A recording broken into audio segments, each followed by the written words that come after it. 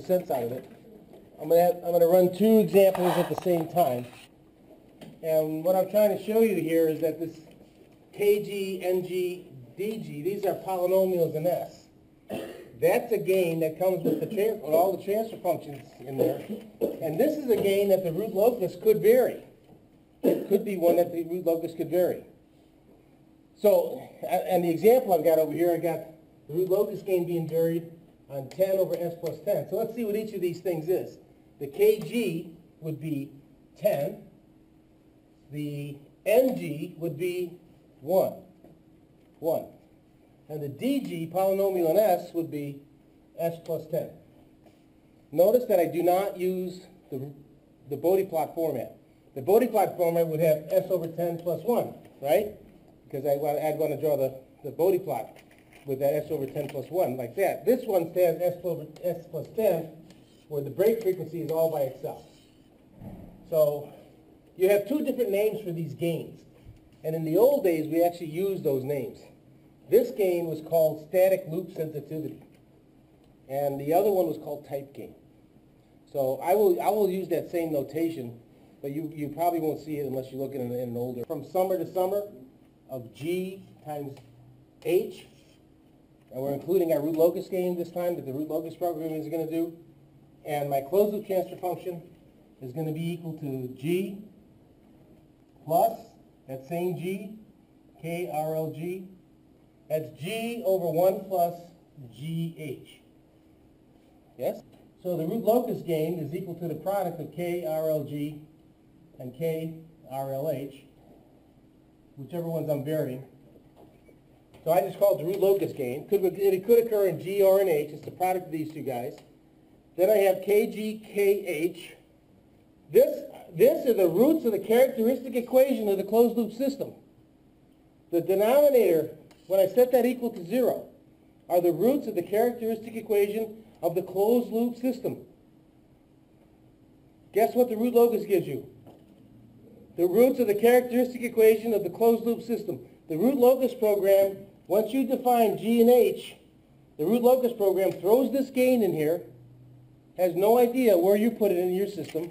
It throws that gain in there and it varies it from 0 to as high as you want to go, and it plots the roots of this on your system.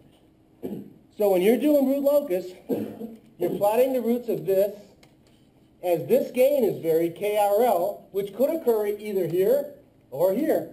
The root locus doesn't care. You're plotting this, and you have to remember what? The program will not remember this numerator. You see that? You have to put this numerator in your pocket and remember it. Otherwise, you can't retrieve the closed loop transfer function. All right. You have to have this in your pocket to put in there, either in MATLAB or someone else to get that transfer function. You're going to get DGDH plus KRL, KG, KH, NG, NH, and the root locus program is going to solve this. Yes? Yes. And you're going to have to remember the numerator, KRLG. You don't have to remember anything about the denominator because it's going to throw the roots out there at you. It's going to throw the roots out in the S-plane. These are the roots of the closed loop transfer function. You got it? All right, well, let me ask you a question then. Are these the x's and the zeros on the root locus plot? Are these the x's and the zeros, the roots of this, on the root locus plot? Yes? No? It's no. It's no. The x's and the zeros on the root locus plot are what? They're the zeros and the poles of these NGs and DHs. See? Your pole on your root locus plot is the open loop pole, not the closed loop pole. Right? How do you show the closed loop pole on a transfer or on a root locus plot? I use a box. Yeah? I use a box. So if you were to look at Nelson, and you can see, I can have a dot camera here, but if you watch now, Nelson, he's got the open loop poles and the open loop zeros. He draws his root locus, and at a particular value of gain, he'll put a box there. He puts the box. The box are the closed loop poles of this. So you can look at a root locus at a given gain, take those roots, right, and you can take those roots and put them in your closed loop transfer function, but then you have to manually put in the numerator. Okay. The sound went out on this part of the recording, but here I'm just showing how you could draw the root locus from the pole at 1 over s plus 10, one in the feed forward and one in the feedback loop. The roots come from the program at a given value of k. When that k comes in, I either put it in here or I don't put it in here, depending on what k was varied. If I vary the gain in the feedback path, then the root locus gain won't go in here. If I vary the gain in a forward path, then I'll have to put the root locus gain in the numerator to get the right transfer function. Okay. So this is going to be the roots. When you carry the s, when the s shows up in the numerator, right? When you have the denominator h, it pops up out of nowhere, right? So you got to be able to carry that forward. Gyro. Gyro has a second order transfer function. So if you put a gyro in this, do you see where the poles are going to go?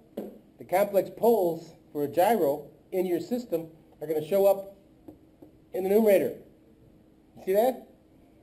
Your gyro poles, if it's a second order system, are going to show up in the numerator closed loop transfer function up here. Mg is 1, dg is s plus 10. Okay. nh is 1, dh is s. And if you do it correctly and do g of 1 plus gh with all the k's and everything, MATLAB will do it properly. But when you're just looking at the root locus program, all you got are the roots.